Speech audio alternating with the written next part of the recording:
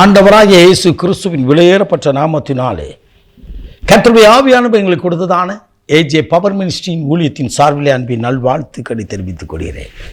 எனக்கு அருமையானவர்களே, ஒவ்வொரு நாளும் இந்நிகழ்வுகளை இணையதளத்தின் மூலமாய் உங்கள் அலைபேசியிலே நீங்கள் கண்டு கர்த்தரை மகிமைப்படுத்துகிறீர்கள். உங்கள் உறவுகள் நண்பர்களுக்கு சொல்லுங்கள். கர்த்தருடைய வார்த்தையை தேசமெங்கும் திருச்சபையெங்கும் கடந்து போகட்டும். கர்த்தருடைய ஆவியானவர் உங்களை அளவில்லாமல் ஆசீர்வதிப்பாராய். அல்லேலூயா. கர்த்தர் நல்லவர். ஆமேன். இன்றைக்கு கர்த்தர் கொடுத்த வார்த்தையை நாம் தியானிப்போமா?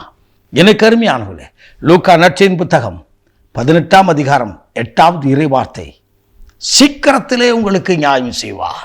சீக்கிரத்தில், விரைவிலே அவர் உங்களுக்கு நீதி வழங்குவார். சீக்கிரத்தில்.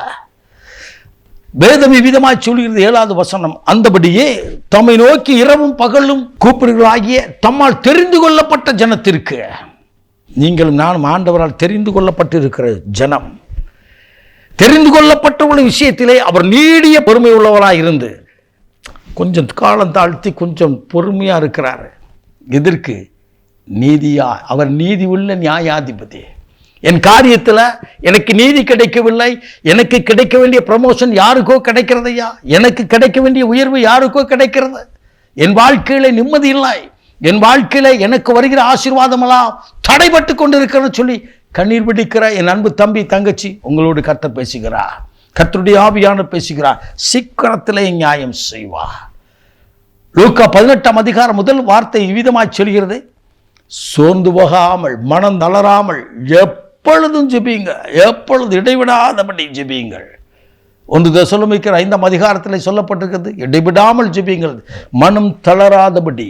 இந்த காரியத்தில் பல முறை நான் முயற்சி செய்து என் வாழ்க்கையில் தோல்வியாயிற்றுன்னு சொல்லி நினைக்கின்றீர்களோ, கவலைப்படாதிருங்கள், கலங்காதிருங்கள். முயன்று தேவ சமூகத்தில் நின்று தொடர்ந்து ஜெபியுங்கள். நீங்கள் தெரிந்து கொள்ளப்பட்ட ஜனம், நீங்களும் நானும் தெரிந்து கொள்ளப்பட்ட பிள்ளைகள். இந்த உலகத்தில் பல கோடி ஜனத்திலும் உங்களையும் என்னையும் கர்த்தர் தெரிந்து கொண்டிருக்கிறார். உங்களுக்காகவும் எனக்காகவும் அவர் ரத்தம் சிந்தி சொந்த பிள்ளைகளாய் மாற்றியிருக்கிறார். அவர் நமக்கு நீதி வழங்காமல் இருப்பாரோ? வேதம் அருமையாக சொல்லுகிறது. எனக்கு அருமையானவர்களே, இன்றைக்கு நீதி கொடுக்கிறார், நியாயம் செய்கிறார். அல்லேலூயா. ஒரு அருமையான அம்மா இவ்விதமாக இருந்து சொன்னார்கள், என்னுடைய குடும்பத்தில் இருக்கிற ஒரு நபர் ஒரு தேவைக்காக என்னிடத்திலே பணத்தை கேட்டார். நான் கொடுத்தேன். ஆனால் அவர்கள் திருப்பி தரவே இல்லை. கேட்கும் போதெல்லாம் சரியான பதில் சொல்லாதபடி போகிறார்கள். எனக்கு அவர்களை கேட்பதற்கு ஆள் இல்லை.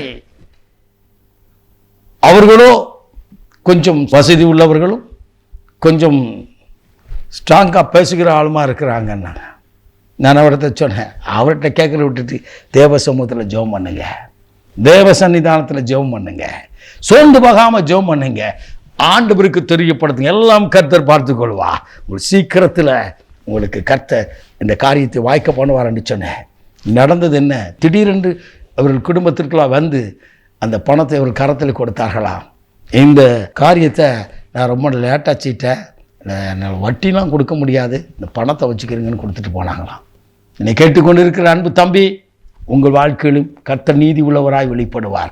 அவரை ஆண்டவராய் இயேசு கிறிஸ்து அண்ட சராசரங்களை படைத்தவர், வானத்தையும் பூமி உண்டாக்கின தெய்வத்தை ஆராதிக்கும் போது அவரை ஏதோ ஒரு ஆரம் போட்டோ இல்லைன்னா ஏதோ செய்து கொண்டு அவரை நம்பசமாக இழுத்து கொள்ள முடியாது.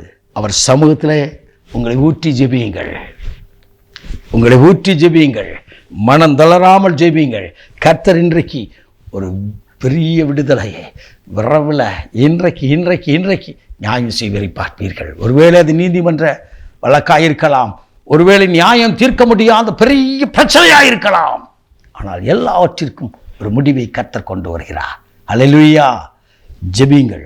ஜெபம் பண்ணுவதற்கு ஜாக்கிரதை உள்ளவர்களாக இருங்கள். ஜெபியுங்கள். அந்த ஜெயத்தை இன்றைக்கு நீங்கள் பெற்றுக்கொள்வீர்கள். நாம் ஜெபிப்போமா? மகா பரிசுத்தமுள்ள தகப்பனே, இந்த அற்புதமான வேலைக்காய் ஸ்தோத்திரிக்கிறோம்.